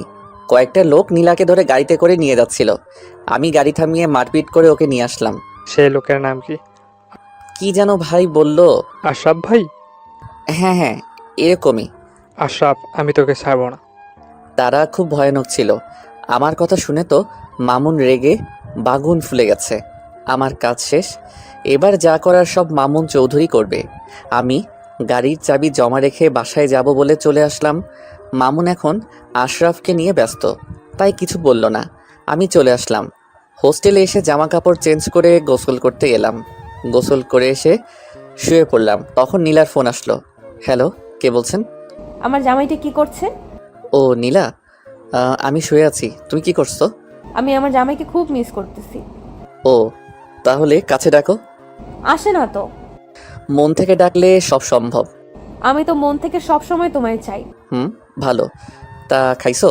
না, জামাইকে ছাড়া খেতে মন চায় না। পাগলামি না করে খেয়ে নাও। তুমি খাইছো? হুম। মিথ্যা কেন বললা? তুমি এখনো খাওনি। তুমি কেমনে বুঝলা? তোমার কথাতেই বোঝা যাচ্ছে। আচ্ছা খেয়ে নাও, আমিও খাচ্ছি। আর বিকেলে চলে এসো, প্রাইভেট আছে। এই কথা বলে ফোন কেটে দিলাম। তারপর উঠে গিয়ে খেয়ে আসলাম। এসে একটা ঘুম দিলাম। এক ঘুমে বিকেলে উঠে নীলার বাসায় চলে গেলাম আর গাড়ি বের করে দাঁড়িয়ে রইলাম। কিছুক্ষণ পর নীলা এসে বসলো। আমি গাড়ি স্টার্ট দিয়ে রওনা হলাম। তখন নীলা বলল, তুমি ভেতরে যাও নাই কেন? এমনিতেই। আমি তোমার আশায় দাঁড়িয়ে আছি। ও। তারপর কথা বলতে বলতে নীলার প্রাইভেটে চলে আসলাম। আমি নীলাকে নামিয়ে দিয়ে গাড়ি নিয়ে বের হলাম, কারণ এখন আমার সাথে কোনো গার্ড আসে নাই। মামুন সাহেব আমার উপর বিশ্বাস করে তার মেয়েকে আমার হাতে তুলে দিছে। সে তো আর জানে না তার সেই জম। আমি গাড়ি নিয়ে বের হলাম আর জানতে পারলাম মামুন সাহেব আশরাফের নামে কেস করছে। এটা শুনে তো আমি শেষ। আমি ভাবলাম কি আর হলো কি, খবর নিয়ে জানলাম মামুন নাকি এবার ইলেকশনে দাঁড়াবে, তাই কোনো রকম অন্যায় সে করবে না। এটা শুনে আমি আমার প্ল্যান বদলিয়ে দিলাম। তারপর সন্ধ্যা হওয়ার পর নীলাকে নিয়ে তার বাসায় নামিয়ে দিলাম। নীলা তো আমায় যেতেই দিবে না। আমি অনেক বাহানা করে চলে আসলাম। বাসায় এসে সময়ের অপেক্ষা করতে লাগলাম। নীলার বাসা থেকে আসার সময় কাউকে না জানিয়ে মামুন সাহেবের একটা শার্ট নিয়ে চলে আসলাম। আর সময় হতেই সেই শার্ট পরে আশরাফকে হামলা করলাম। জায়গা মতো আশরাফকে খতম করলাম। আর তখন আমি ইচ্ছে করেই শার্টে রক্ত ভরাই আর শার্টের এক টুকরো চিড়ে আশরাফের হাতে লাগিয়ে দেই।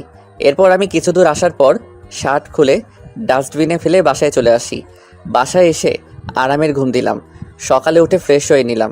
তারপর জানতে পারলাম মামুনকে পুলিশ অ্যারেস্ট করছে। আমি জেনে কোনো অবাক হলাম না, বরং খুশি হলাম। এরপর রেডি হয়ে চলে আসলাম নীলার বাসায়। নীলার বাসায় এসে দেখি একদম ফাঁকা, কেউ আছে বলে মনে হয় না। আমি ভিতরে গেলাম, দেখলাম মামুনের সব লোকেরা মাথায় হাত দিয়ে বসে আছে। আমিও মন খারাপের অভিনয় করলাম। তারপর নীলা এসে বলল সে নাকি কলেজে যাবে। আমিও আর কিছু বললাম না, আমার তো চাকরি এটা। রাস্তায় এসে আমি বললাম তোনার বাবা অ্যারেস্ট হয়েছে, তোমার কি কষ্ট হচ্ছে না? না, কারণ আমি 1000বার বাবাকে নিষেধ করেছি এসব গুন্ডামি করো না, মারপিট আমার একদম পছন্দ না। আমার কথা শোনেই না, তাই অ্যারেস্ট হয়েছে তো ভালোই হয়েছে। ও মারপিট থেকে দূরে থাকবো বলে তোমার মতো সাধারণ ছেলেকে আমি ভালোবাসি, আর এখন তোমার কাছেই আমি থাকবো। কি বলবো বুঝতে পারছি না। সে তো আর জানে না এসব আমি করাচ্ছি, আমি মেইন ভিলেন। তোমায় নিয়ে আমি অনেক দূরে হারিয়ে যেতে চাই, যেখানে গেলে শুধু শান্তি। এবার মারপিট খুনাখুনি আর হবে না। আমি আর কিছু বললাম না, কি বলবো ভেবেই তো পাচ্ছি না।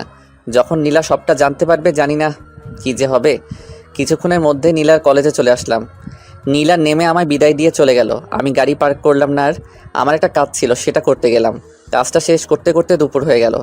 নীলার কাছে চলে আসলাম আর নীলাকে নিয়ে রওনা হলাম। গাড়ি চালাচ্ছি আর ভাবছি নীলাকে সবটা বলে দিব। কিছু দূর যাওয়ার পর একটা ফাঁকা জায়গা দেখে গাড়ি দাঁড় করালাম আর আমি নেমে নীলাকে নামিয়ে দিলাম। এখানে কেন? নীলা, আজ তোমায় আমি কিছু কথা বলতে চাই। হ্যাঁ বলো। যেটা শোনার পর হয়তো তোমার মনে আমার জন্য কোনো ভালোবাসা নাও থাকতে পারে। কি বলছো এসব? কি এমন কথা? হ্যাঁ, আমি কথাটা বলতে যাব ঠিক এমন সময় ওখানে চারদিকে অনেকগুলো গাড়ি আসলো। নীলা আমার হাত শক্ত করে ধরলো। গাড়ি থেকে নেমে আসলো মামুন চৌধুরী। আমি তো অবাক, কেমনে এখানে? মামুন চৌধুরী মুচকি আসছে। বাহ বাহ, খুব সুন্দর খেলছিস। বাবা তুমি এখানে? মা চলে আয়। না বাবা, আমি নীলাকে ভালোবাসি। আরে এসব ভালোবাসা কিচ্ছু না, সব অভিনয়। ও তোকে শুধু ব্যবহার করেছে, আর কিচ্ছু না। ও ভালো করেই জানতো আমার কাছে পৌঁছানোর খুব টাফ ব্যাপার, তাই তোকে ওর প্রেমে জালে ফেলে আমার কাছে পৌঁছেছে। নিলয়, বাবা এসব কি বলছে? তুমি কিছু বলছো না কেন? আরে কি বলবে, এটাই সত্যি। চলে আয় না মা। নিলয় কিছু বলো। তোমার বাবা যা বলছে তা সব সত্যি, কিন্তু ব্যাস থামো, আর বলতে হবে না। নীলার চোখে পানি টলটল করছে। আমার হাত ছেড়ে দিল। আমার দিকে করুণ দৃষ্টিতে তাকিয়ে আছে। কি করব বুঝতে পারছি না। অনেক খেলেছিস, এবার তোর শেষ খেলা। আমার খেলা শুরু। চল বলে দে তুই কে। খেলা এত সহজে তো শেষ হবে না। খেলার আসল সিন তো বাকি আছে। হা হা হা হা, চারিদিকে আমার লোক, একটা লড়লে তুই সোজা পড়ে। সিংহ একাই শিকার করে, তাতে যতটাই শিকারই হোক না কেন। ধরা পড়ার পর সবাই এমন করে, কি ভেবেছিলি আমার বন্ধুদের মারলেই আমি ভয় পেয়ে যাব? ভয় তো তুই আগে থেকেই পেয়ে আছিস, এখন আর একটু ভয় দেখাই নে। এবার ফোনটা বের করে তোর অফিসে কল দে। কি বলছিস? আরে দে না। মামুন অফিসে ফোন দিল আর জানতে পারলো তার অফিসে নাকি পুলিশ ঢুকেছে আর সব কাজ বন্ধ করে দিয়েছে। একে একে তার সব কোম্পানিতে ফোন দেওয়ার পর সে জানতে পারলো সব কোম্পানি নাকি বন্ধ। পুলিশে সিল মেরে গেছে। মামুন রাগে মোবাইল ফুঁকে মারল। এই তো রেখে ধর। মামুনের লোকেরা আমায় ধরতে আসার আগেই আমি নীলার হাত ধরে টেনে সামনে এনে তার গলায় ছুরি ধরলাম। এটা দেখে নীলা তো সেই অবাক, তার চোখ থেকে ঠপাস করে পানি পড়ে গেল। বুঝলাম নীলার কষ্টে বুকটা ফেটে যাচ্ছে। এই নীল আর কিছু করিস। মিস্টার মামুন চৌধুরী, খেলা তোর শেষ। অনেক পাপ করছিস, এবার তার শাস্তি ভোগ কর। আমার মেয়েকে ছেড়ে দে। তোর মেয়েই তো আমার একমাত্র অস্ত্র। তুই কে আর কি চাস? শাকিল খান। কি? হ্যাঁ, যে খানের কথা তোর মনে ঝড় তুলছে সেই ফরহাদ খানের ছেলে আমি, শাকিল খান। এটা কিভাবে সম্ভব? রাখে আল্লাহ মারেকে, আর এবার তোকে আমি মারবো, দেখি রাখে কে। চলি। এ কথা বলে নীলার গলায় ওভাবে চাকু ধরে ওকে নিয়ে গাড়িতে উঠলাম। এক হাতে নীলার কাছে চাকু ধরে অন্য হাতে গাড়ি চালাতে লাগলাম। কিছু দূর আসার পর চাকু সরিয়ে নিলাম। নীলা কোনো কথা বলছে না, জানালা দিয়ে মুখটা বের করে দিয়েছে। মনে হয় কান্না করতেছে। আমি সেদিকে মন দিলাম না, আমি মন দিয়ে গাড়ি চালাচ্ছিলাম। কিছুক্ষণের মধ্যে আমার গন্তব্যে পৌঁছে গেলাম। গাড়ি দাঁড় করালাম আর আমি নেমে নীলাকে নামাতে গিয়ে দেখি ও ঘুমিয়ে গেছে। অনেকটা পথ আসছি তো, তাই কান্না করতে করতে হয়তো ঘুমিয়ে গেছে। আমি ওকে তুলে ভিতরে নিয়ে গিয়ে একটা ঘরে খাটের উপর শুয়ে দিলাম আর বাইরে থেকে লাগিয়ে দিলাম। টাইম দেখি দুপুর 3টা বেজে গেছে। নিশ্চয়ই নীলা খিদের জ্বালায় ঘুমাইছে। বড় লোকের মেয়ে না খেয়ে থাকার অভ্যাস নেই। আমার কাছে কয়টা টাকা ছিল, তা দিয়ে পাশের বাজার থেকে কিছু খাবার কিনে আনলাম। এসে দেখি নীলা উঠে দেওয়ালের সাথে হেলান দিয়ে মাটিতে বসে আছে। নীলা, খাবারটা খেয়ে নাও। খাবো না। কেন? খিদে নেই। না খেয়ে থাকলে তোমারই কষ্ট হবে। হবে হোক, এমনিতে তো কষ্ট কম দাওনি। আমার সাথে বেইমানি করেছো, আমার নিষ্পাপ ভালোবাসা নিয়ে খেলা করেছো, বুকটা ভেঙে চুরমার করেছো। নীলার কথার জবাব আমার কাছে ছিল না, তাই আমি চলে যাচ্ছিলাম। তখন নীলা বলল, কেন এমন করলে? কি দোষ করেছিলাম আমি? দোষ তুমি নয়, তোমার বাবা করেছে। তাহলে আমার মন নিয়ে কেন খেলা করলে? কেন ভালোবাসতে শেখালে? আমি তোমার মন নিয়ে খেলতে চাইনি। আমি শুধু তোমার বাবার কাছে প্রতিশোধ নিতে চাইছিলাম। কিসের প্রতিশোধ? বেইমানির প্রতিশোধ। মানে? মানে জানতে হলে অনেক বড় কাহিনী জানতে হবে। বলো। তাহলে শোনো। আজ থেকে কয়েক বছর আগে এখান থেকে অনেক দূরে একটা বিশাল গ্রাম ছিল। সেই গ্রামে থাকতো একখান পরিবার। সেখানকার কর্তা ছিল ফরহাদ খান। ফরহাদ খানের একমাত্র ছেলে ছিলাম আমি। আমাদের পরিবার অনেক বড় ছিল। দাদা দাদি, চাচা চাচি, বাবা মা, ফুফু ফুফা সবাই থাকতো। আমরা অনেক শান্তিতে থাকতাম। আমার বাবা মানে ফরহাদ খান এলাকার মন্ত্রী ছিল। সবাই তাকে খুব ভালোবাসতো আর সম্মানও করতো। আমার বাবা সবসময় গ্রামের লোকদের কথা ভাবতো। তাদের সুখে তিনি সুখী হতেন। ছোট বড় সবাই তাকে এক নামে চিনত। গ্রামে কোনো ঝামেলা হলে আমার বাবার কাছে আসতো। বাবা সঠিক বিচার করে দিত। এতে সবাই খুশি হতো। আমাদের বাসায় বাবার মুখে মুখে কথা কেউ বলতে পারতো না, শুধু আমার চাচাতো বোন ছাড়া। আমার চাচার একমাত্র মেয়ে, তার নাম মিলি। বয়স খুব কম, 8 থেকে 10 হবে। বাবা মিলিকে খুব ভালোবাসতো, নিজের মেয়ের মতো আদর করে তাকে মা বলে ডাকতো। তাছাড়া সবাই বাবাকে খুব ভয় পেত। একদিন বাবার কানে খবর এলো পাশের গ্রামে নাকি ঠিকমতো পানি বিদ্যুৎ যায় না। আবার সরকার যেসব ভাতা দিত সেসবও নাকি তারা পেত না। তখন বাবা আমায় ডাকলেন। বাবা জানতেন আমি মারপিটে সবসময় এক্সপার্ট। বাবা, আপনি আমায় ডেকেছেন? হ্যাঁ, খবর পেলাম পাশের গ্রামে নাকি বিদ্যুৎ ঠিক মতো থাকছে না। গিয়ে একটু খবর নাও তো। শোনো, সেখানে গিয়ে আবার মারপিট করো না। ঠিক আছে বাবা। যাও। ওকে বাবা। আমি বাবার কাছ থেকে চলে আসলাম। আমার বন্ধু ছিল রাকিব, ছোটবেলার বন্ধু। তাকে সাথে করে নিয়ে রওনা হলাম। রাস্তায় যেতে যেতে অনেক মজা করলাম। গ্রামের পাশে এসে খুব তৃষ্ণা লাগলো। তখন দেখলাম সামনে একটা মেয়ে কলসিতে করে পানি নিয়ে যাচ্ছে। এই যে ম্যাডাম। মেয়েটা তাকিয়ে আবার হাঁটতে লাগলো। আমি আবার ডাকলাম। এবার মেয়েটা চোখ রাঙিয়ে থামলো। কাছে যেতেই, এই অসভ্য ছেলে, মেয়ে দেখলেই কি ডাকতে ইচ্ছে করে? ঘরে কি মা বোন নেই? কালকে আমার বান্ধবীকে নিয়ে মজা করছিস। আরে কি বলছো? আমি তো জানি জানি, এটাই তো বলবি যে আর কোনো দিন হবে না? তোরা তো দূরের কথা, আমায় দেখে বড় বড় গুন্ডা ভয় পায়। আমার একটু পানি দিবেন? ভয়ে গলা শুকিয়ে গেছে, নে পানি খা। মেয়েটা পানি দিল, খেয়ে নিলাম। তারপর মেয়েটা চলে গেল। আমি তাকিয়ে থাকলাম। দেখতে ভালোই, তবে একটু ঝগড়াটে। তাছাড়া সব ঠিক আছে।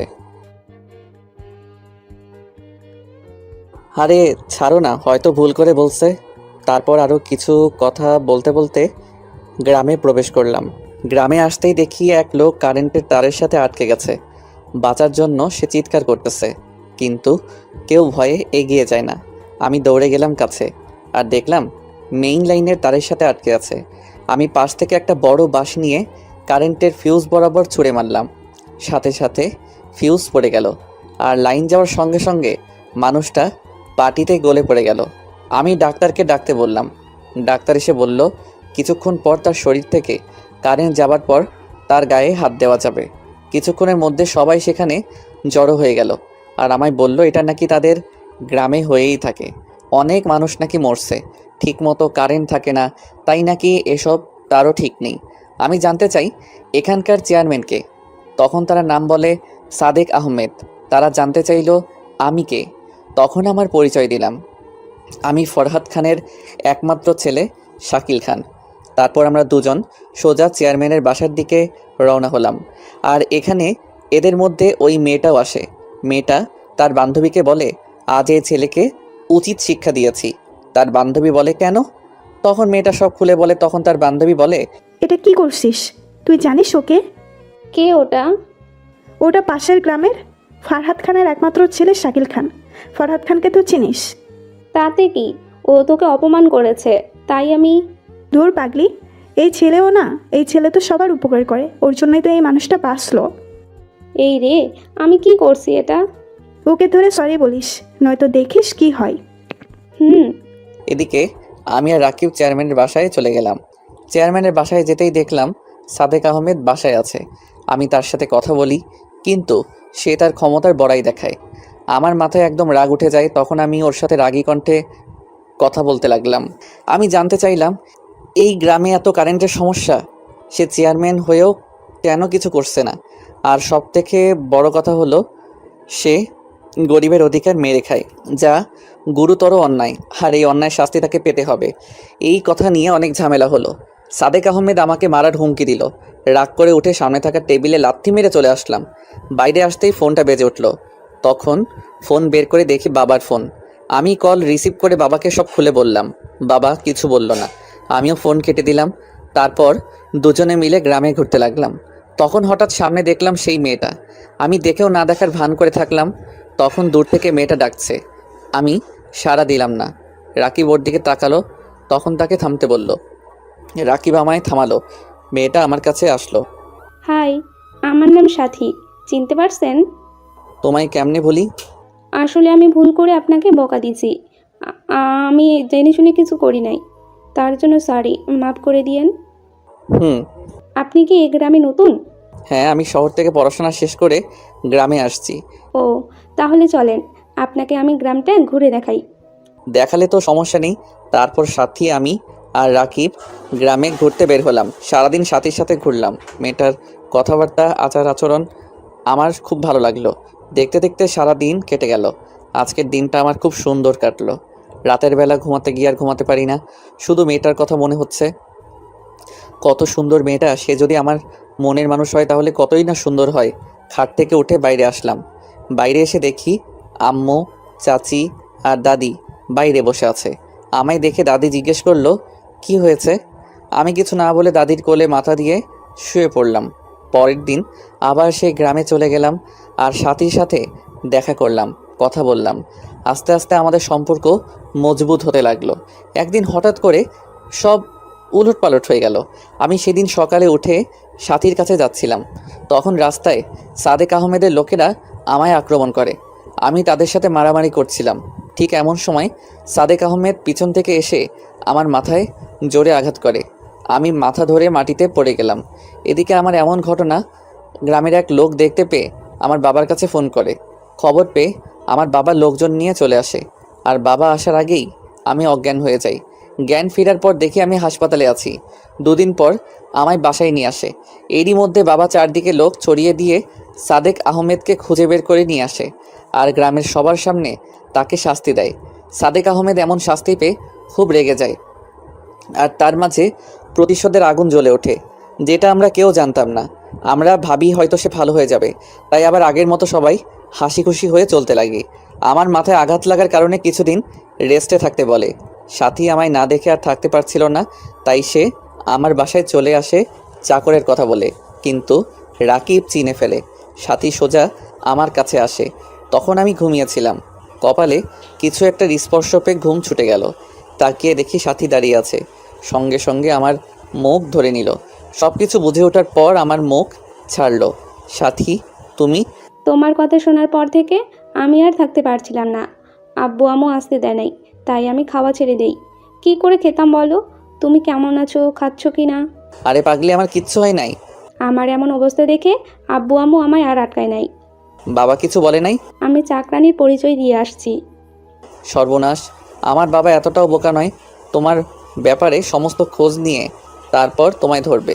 আমার কথা বলার দেরি হলো, এমন সময় আসলো, ঘটনা শুরু হলো। আমি বলে শেষ করতেই দরজায় বাবার কথার আওয়াজ আসলো। আজকে আমার বাসায় একটা কাজের মেয়ে আসে, জানি না কি কাজ করতে আসে। তাকিয়ে দেখি বাড়ির সবাই বাবার সাথে সাথে আমার ঘরে চলে আসলো। আমি তো শেষ। সাথী লজ্জা আর ভয় একসাথে পেয়ে গেছে। কি করবে ভেবে না পেয়ে লাফিয়ে গিয়ে বাবার পা ধরতে লাগলো। তখন বাবা তাকে ধরে নিল।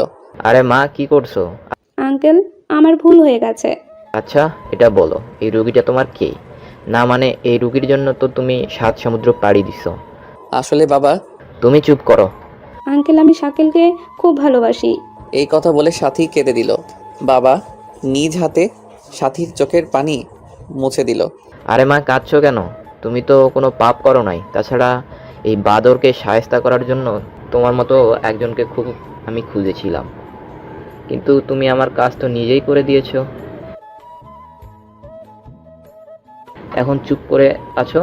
আরে মা, আমি কথা দিলাম তুমি আমার ছেলের বউ হবা। এই কথা শুনে সবাই খুশি হলো আর বাবা সাথীকে এখানেই থাকতে বলল, যা আমার জন্য খুব ভালো হলো। এভাবে কয়দিন কেটে গেল, কিন্তু বিপদ আমাদেরকে ছাড়লো না। শহর থেকে বাবার বন্ধু গ্রামে ঘুরতে যায়, আর সে বাবার খুব ভালো বন্ধু ছিল। তার নাম মুন্না ছিল। বাবা তাকে খুব ভালোবাসতো। বাবা আর তার বন্ধু মিলে সবসময় আনন্দে থাকতো। একদিন আমরা সবাই মিলে ঘুরতে বের হলাম, আর সেই সুযোগেই সাদেক আবার হামলা করে। এবার দল ভারী ছিল না, আমি তাদের সাথে মারামারি করছিলাম। তখন পিছনে তাকিয়ে দেখি বাবার বন্ধু চাকু বের করে বাবার পেট দিয়ে চালিয়ে দিল। আমি বাবা বলে জোরে চিৎকার করলাম, কিন্তু ততক্ষণে সাদেকের লোকেরা আমায় ধরে নেয়। এরপর বাবার বন্ধু আমার মায়ের পেটে ছুরি মারে। আস্তে আস্তে আমার চোখের সামনে সবাইকে মেরে ফেলে, এমনকি তারা ছোট্ট রিমাকেও ছাড়ে নাই। বাবা পেটে হাত দিয়ে তাদের সাথে মারপিট করছিল, তখন পিছন থেকে সাদেক আমার পাশ দিয়ে ছুরি চালিয়ে দেয়। আমি আর থামতে না পেরে মাটিতে পড়ে যাই। ওরা যখন আমার বাবা মাকে মারতেছিল, তখন সাথী মাটিতে গড়তে গড়তে এসে আমায় ডাকে, কিন্তু আমার জ্ঞান তখন ফিরে না। নাকে হাত দিয়ে দেখি শ্বাস চলছে, তাই তার ওড়না দিয়ে আমার ক্ষত জায়গায় বেঁধে দিয়ে পাশে নদীতে নৌকায় করে ভাসিয়ে দেয়। সাদেক আর বাবার বন্ধু নিমেষেই আমার পরিবারকে শেষ করে দেয়। রাস্তার উপর সবার লাশ পড়ে থাকে। লোকজন জানাজানি হওয়ার পর সবাই মিলে আমার পরিবারকে মাটি দেয়, আর সেদিন থেকে সেই গ্রামটা কবরস্থান হয়ে যায়।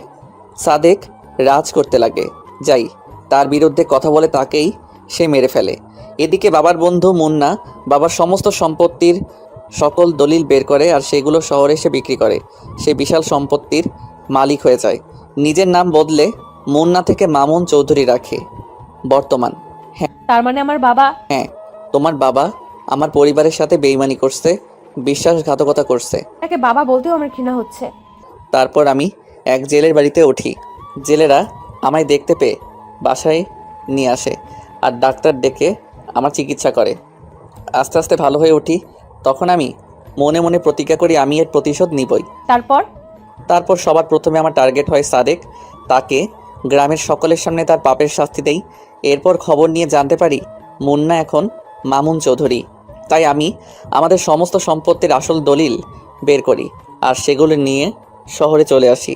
আর একে একে সবাইকে খুন করো? হ্যাঁ, কিন্তু তোমার বাবাকে খুন করলে আমার প্রতিশোধ নেওয়া হতো না, তাই তোমায় ব্যবহার করে আমি তোমাদের বাসায় ঢুকি আর নকল দলিল খুঁজে বের করি। তারপর সেগুলো আদালতে হাজির করি কাউকে না জানিয়ে, আর আদালতে আমি জয়ী হই। তাই তোমার বাবার নামে এখন 1 টাকাও নেই। সব কোম্পানি, বাড়ি গাড়ি সব পুলিশের হাতে। কিন্তু আমার বাবা? তোমার বাবাকে পুলিশ এখন খুঁজছে আশরাফের খুনের অপরাধে আর জেল থেকে পালানোর অপরাধে ফাঁসির অর্ডার। ও, কিন্তু আমি জানি তোমার বাবা আমায় খুঁজে বের করবে, আর তার আশারই আমি অপেক্ষা করতেছি, কারণ আমি নিজেই তোমার বাবাকে লোকেশন দিয়েছি। কিন্তু কেন? মৃত্যু সবসময় তাকে ডাকে। এদিকে মামুন চৌধুরী আমার লোকেশন পেয়ে লোকজন নিয়ে সেখানে হাজির হলো, কিন্তু ততক্ষণে আমরা সেখানে নেই।